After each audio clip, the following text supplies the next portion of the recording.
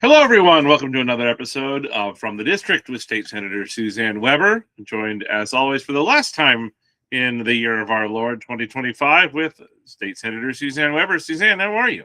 Well, I'm doing well, thank you. It's nice to see you. It's nice to be here. Indeed. Did I you can't have a believe. Christmas? Oh, yes. Robin and I tried some new recipes. Ah, Stayed home, took naps. It was great. as is right and just. Yes. Very nice. Very nice. And you? We only had one sick kid, which was better than last year when the entire house was sick. So that's a victory. It's a victory. Lots of chaos, lots of food, lots of drink, just enjoyable as always. We've had the holidays, but you are always busy even during the holidays. What have you been up to?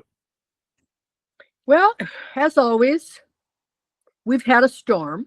Yeah.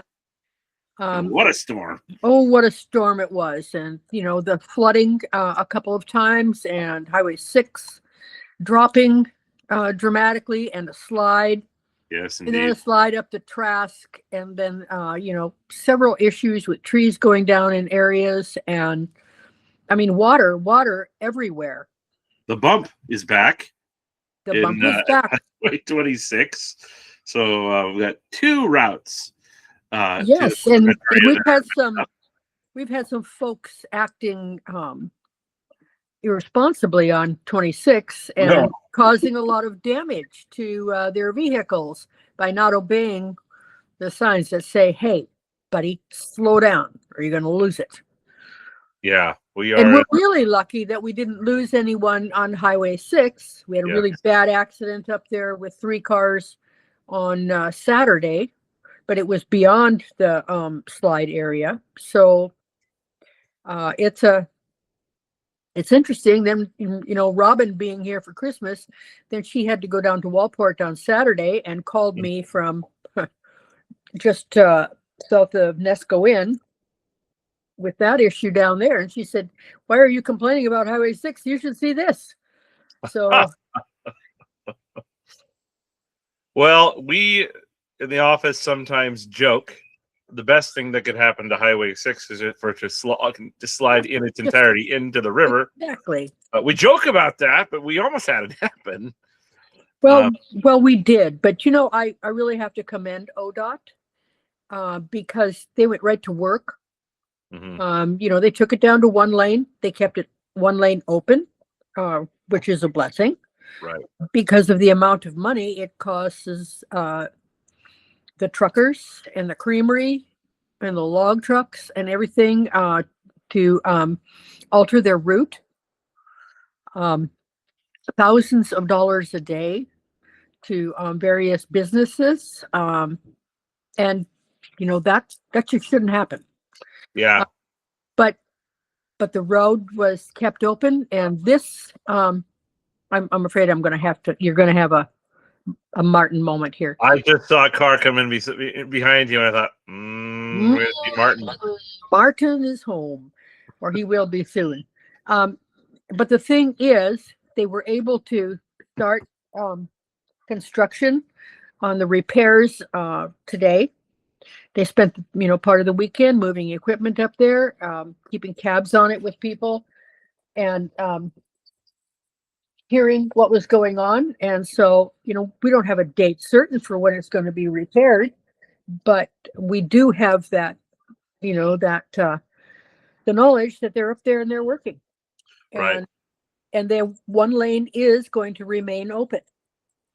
Right. Well, I think it's important for us to point out that when we are beating up on ODOT, we're not beating up on the folks who are going up there in the snow to make the repairs that need to be made. The folks that are going in and day out during the holidays, doing what they can with what they have. Right. Those folks are doing the Lord's work for sure.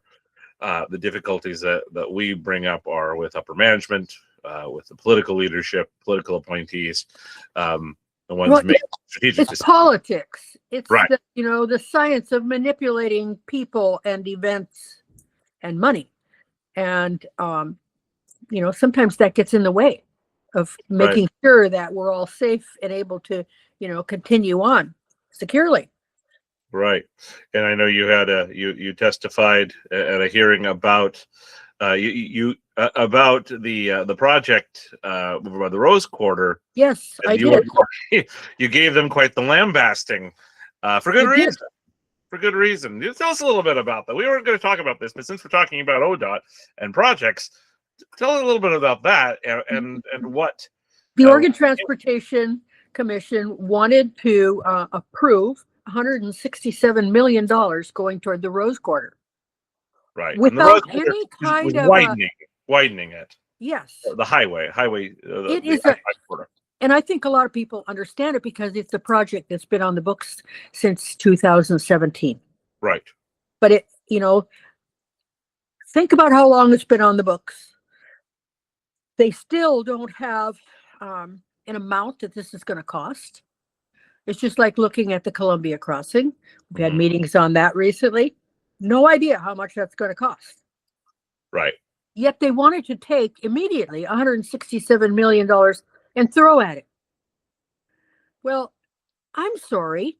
We have big problems in other places in the state because it's not only the Highway 6 that we have here, it's other areas in the state that need immediate maintenance, preservation, engineering.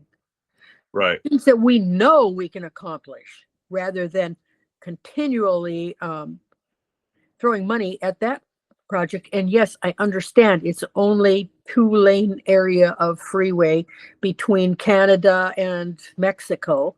And so something needs to be done. I support the concept of rebuilding that highway so that it can manage more traffic, more truck traffic, especially. But at the same time, what about the rest of the state?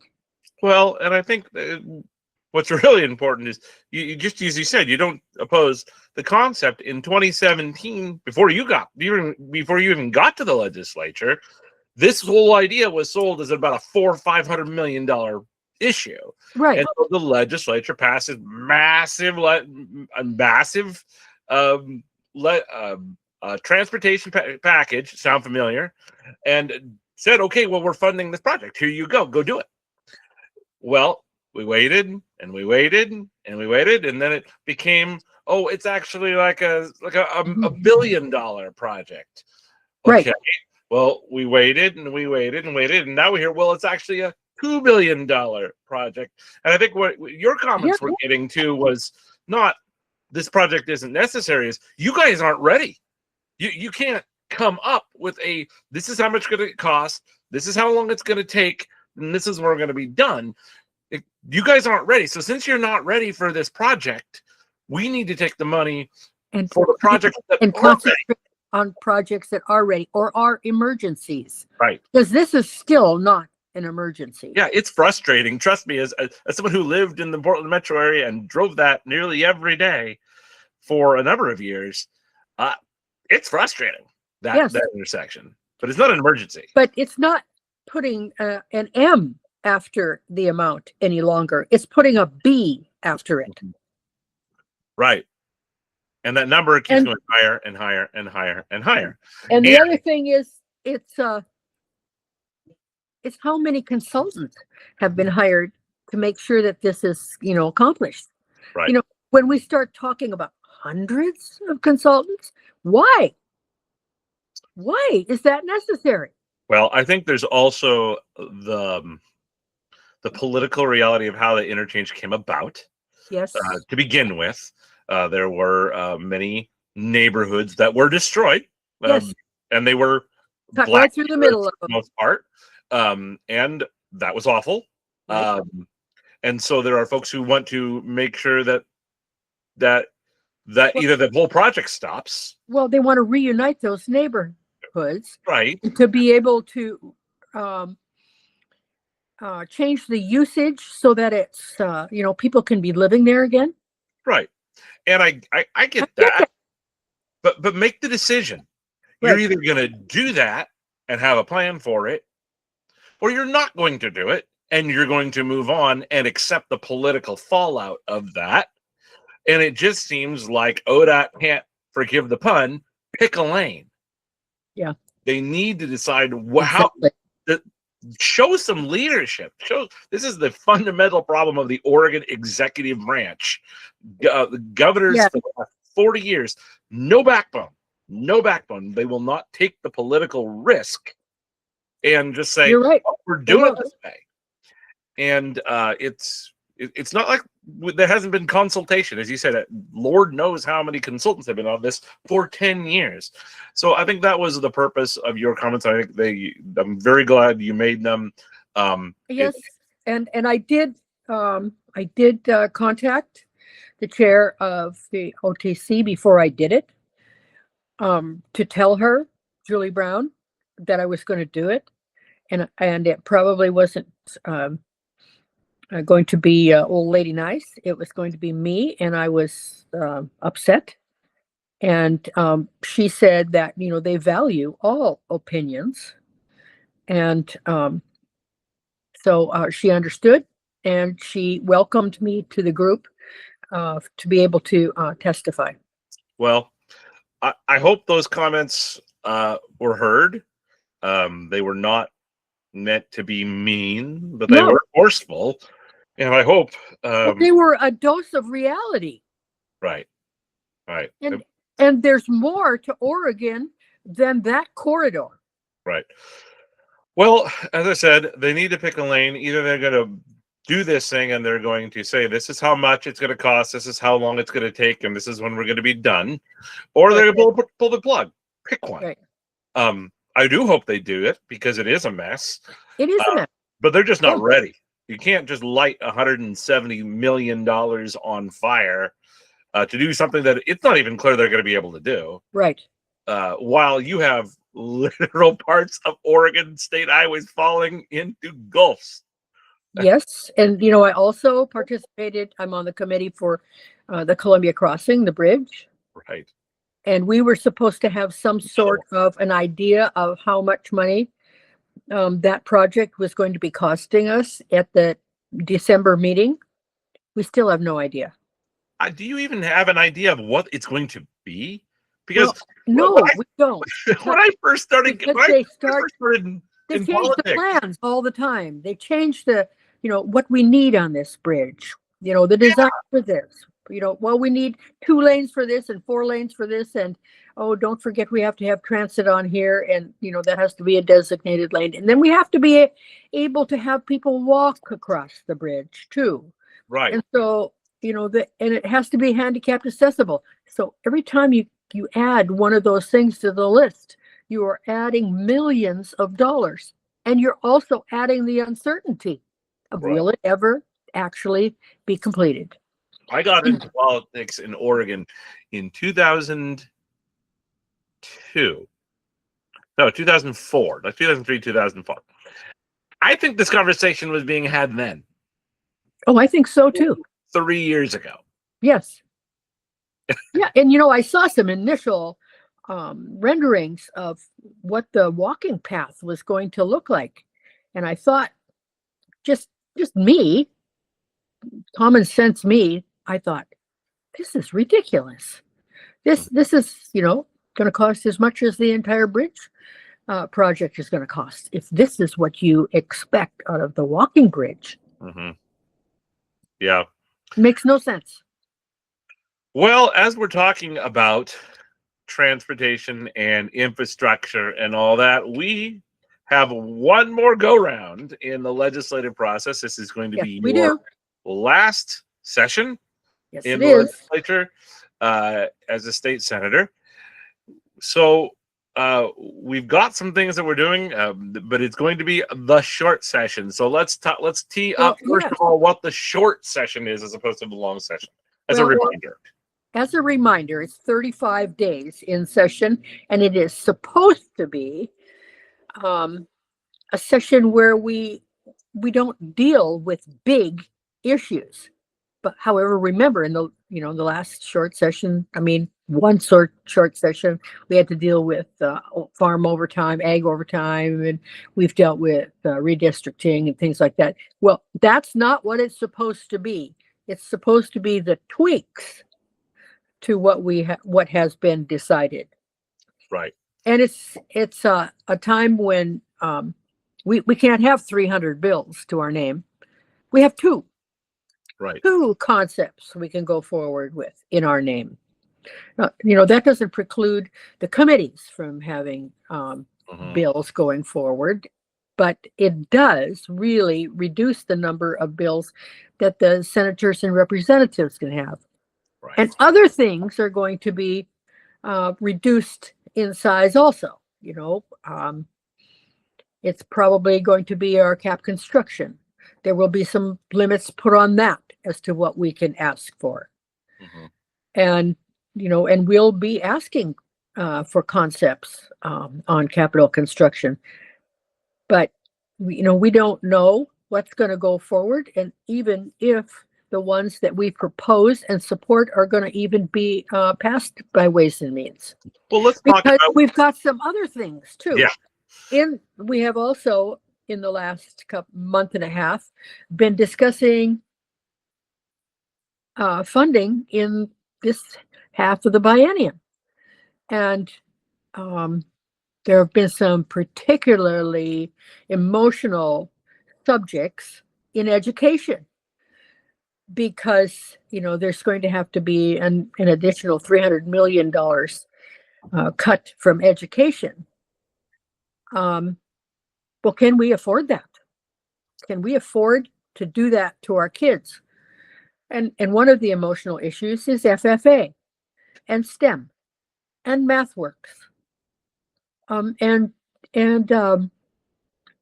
scholarships for National Guard and things like that. That it seemed like those things are the low-hanging fruit for cutting from the budget, unfortunately. It is unfortunate because budgets are moral documents. Yeah, they are. When you fund things and fund some things and not fund other things, you are saying that these are more important to the common good than these other things. Right. And it's tough to hear, I think, for a lot of folks who are in rural areas that 36 DEI positions are being funded in administrative offices somewhere. Yes. While we're cutting FFA and right STEM programs and tag programs. Yeah, and that's the other one. Tag. That's pretty darn tough to swallow. Yes. Because you're saying, well, these social engineering programs are more important than teaching our kids to read and write. And I will tell you that the chairs of the Education Appropriation Committee have been meeting with the chairs of Ways and Means. I have not heard a definitive answer as of yet of what is going to be on the chopping block. I know that it brought one of our members to tears, just the idea of what was proposed. But I was promised a meeting to talk about it, and that promise has yet to be fulfilled, and I'm hoping it will be soon, so that there will be a way that I can at least tell people what Ways and Means and Education Appropriation is thinking of. Right. Well, it's going to be one of, the last few sessions, really since you've been there, and maybe a touch before, money has been just flowing. Free flowing. Free flowing. And that's been, I think, in large part because federal money has just been coming in with just no strings attached to it almost at all whatsoever. Unfortunately, in a number of other states and in other ways, we've seen the results of what happens when you do that. Yes. A great deal of money going into other countries, into terrorist organizations. Yes. But you and I've had this conversation a number of times where we've said we've got to start weaning ourselves voluntarily off federal dollars because they are not always going to be there, and we don't want to find ourselves in a situation where that money goes away and we're not prepared. And then we can't, sustain what we've created. I guess. So, unfortunately, we're gonna have to live through that in this session, and it's not going to just be this session. It's probably going to be your successor is going to have to deal with this going forward. And I know you won't. You're not going to fade away into the sunset. You'll always be involved, but someone's going to have to take the reins here, and it's going to be a challenge. One of the challenges, we were mentioning, as you brought up, is the capital construction program. Capital construction, for those folks who might not know, these are the big infrastructure programs. The money that your municipalities, your counties, your districts, your sewer, your water, they'll ask for these funds to do this, and usually, especially in the longer session, we'll say send them all to us, and we'll submit them all. Things are going to be a little bit different this time because, as we said, funds are a little tighter. How's it going to work this time? That is to be determined. But, we're still going to put out a request for your capital construction projects like we have done every other year. And there's a new form that's going to be coming out. But you have to remember that a lot of whether or not you get the funding, if it's available, is how much you have invested in your project. Is your engineering done? You can't come with a concept and say, I need so many bazillion dollars to do this. You have to have your engineering, and you have to have skin in the game. You have to have something that you have put forward that shows the importance of what you need. Right. Now, unfortunately, there have been a lot of areas in the district that have done that, but Ways and Means has not found it in their hearts to fund those things. Right. And a lot of them, are also surrounding the housing issues. Sewer and water. You don't have sewer and water, you can't build. And, it's not only the sewer and water for the housing developments, but it's for business. Right. Business development, increasing awareness. It's for our food banks and our food pantries. If anybody's gonna build, they need to be able to take care of those things. Right. I would because they're not inexpensive. Sewer and water is extremely expensive, and we can't expect our municipalities to absorb that and go forward. We can't. Right. We have a real difficulty, especially in the district that is quite rural in most places, and is challenged by topography, where you have small districts or municipalities or counties who can't afford to put in the infrastructure themselves. And you've got builders who are saying, well, we can't build enough houses here to make infrastructure pencil out, or the houses are going to be $800,000 each. Yes. So there's nothing. So somebody's got to do it. And I think that's the challenge that we have. I want to re-emphasize what you said about coming prepared to this process. Yes, I really do, because for example, we had one project, I think one of the first year that you were there, because I think I was working in the Capitol at the time, where I think the project was $10-15 million, and it became they got the money. It became very obvious pretty quickly that they were not ready. Right. And so the project didn't get done. It got delayed, and then all of a sudden it became a $23 or $25 million project. About a $30 million and a $30 million project. And so I don't know to this day if that actually got done or not. So it's so that's going to be really important. And yes, the other aspect of that is that in the past, what we've done is we've collected them all and we've put them all forward. This year, we do have to do it different because we are only allowed to, just like bills, we're only even allowed to submit two. So Yeah. what we're going to do is we're going to, again, solicit everybody, bring them in, and then we're going to go through them as with you and the staff and with consultation with other legislators who are in leadership and Ways and Means. Ways and Means, and we're going to see who's the most prepared, who is close to shovel ready as possible, and will have the most positive impact possible. We're going to take those two, and we're going to put those forward. But even then, it could be that neither of them get funded. Exactly. So it's really an unfortunate situation. It is when we're talking about buoying up our housing and our business creation. Yeah.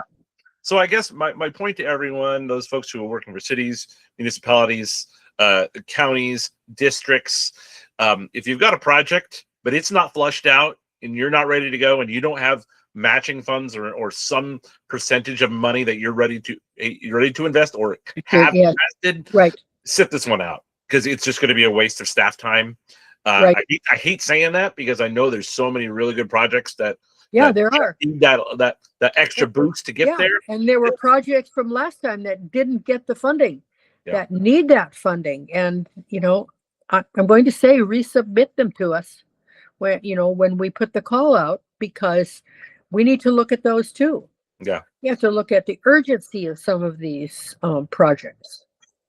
Yeah, it's this is a very dire podcast we're doing here. It really is. But it's just the reality is that we're facing.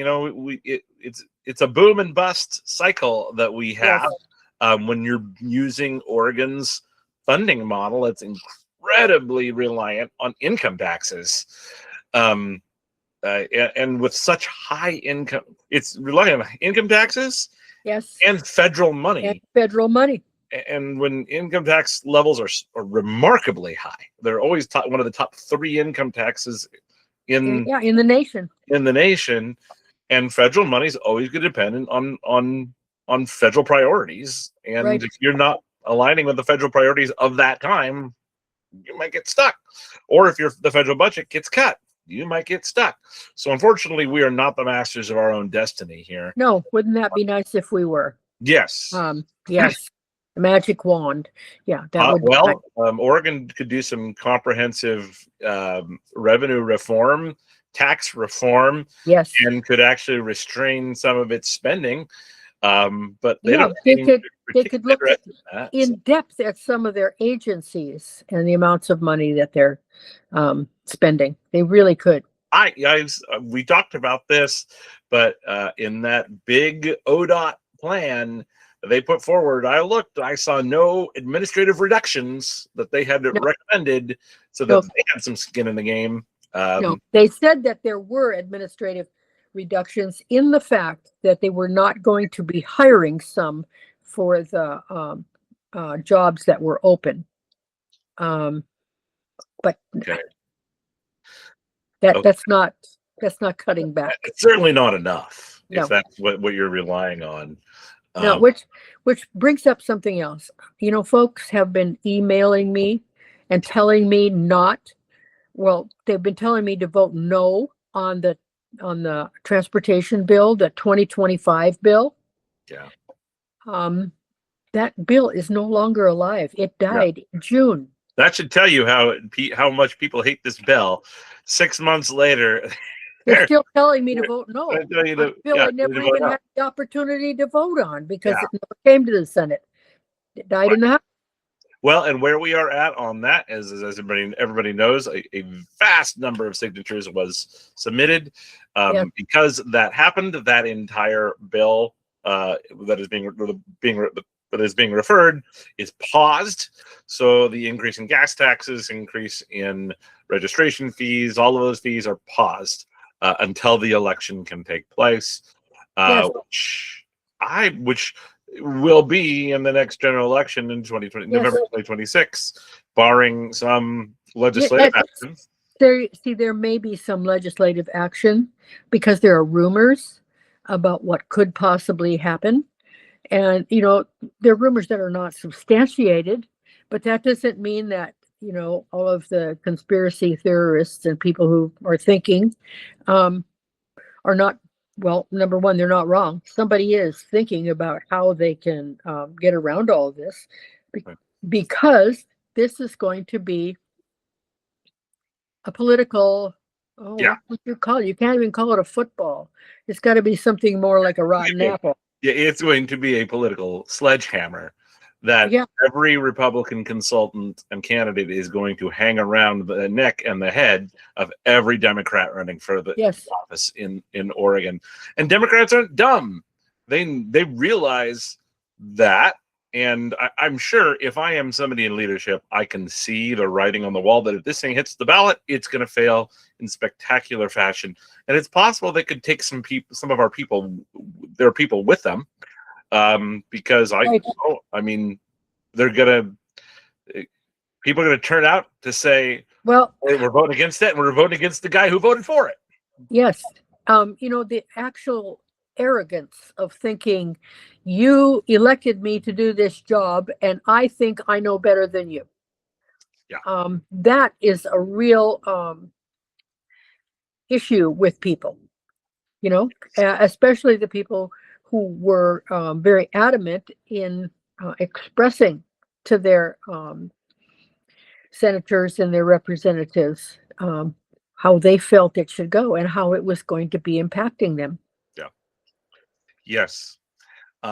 So that to say, it would not surprise me one bit if Yeah. legislative Democratic leadership says, you know what, we're going to cut bait here, and we're gonna repeal, and we'll pass some. We're going to try to pass something else. So I would not surprise me if that got repealed, and we ended up with another special session. That would not surprise me at all. I wouldn't be a bit surprised either.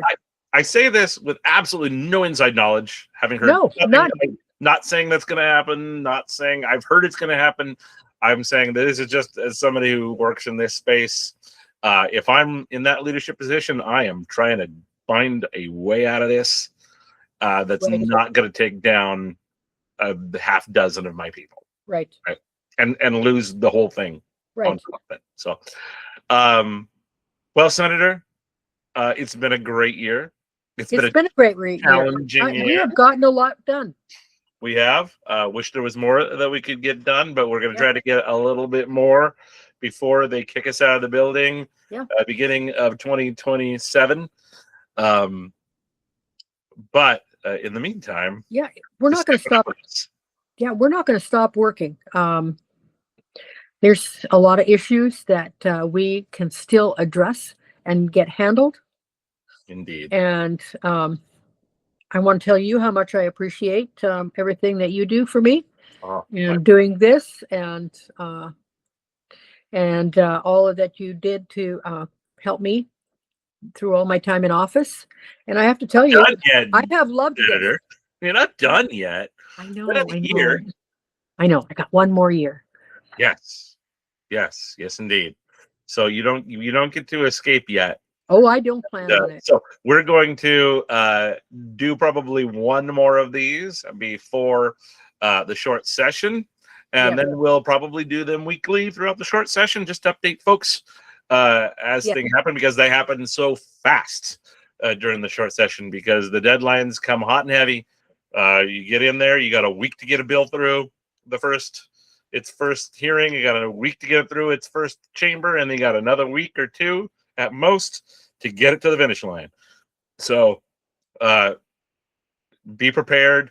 And there will probably be stuff that we're going to reach out to you via here or via social media or via newsletter and say, this is coming down the pike. We're going to need your voice. That'll be really important. And it's always really easy to say, for all the complaints we make about Oregon government, what they have done to make submitting testimony and watching the legislature has been excellent. So it has been. We'll make sure that you know how to do that as we're going forward.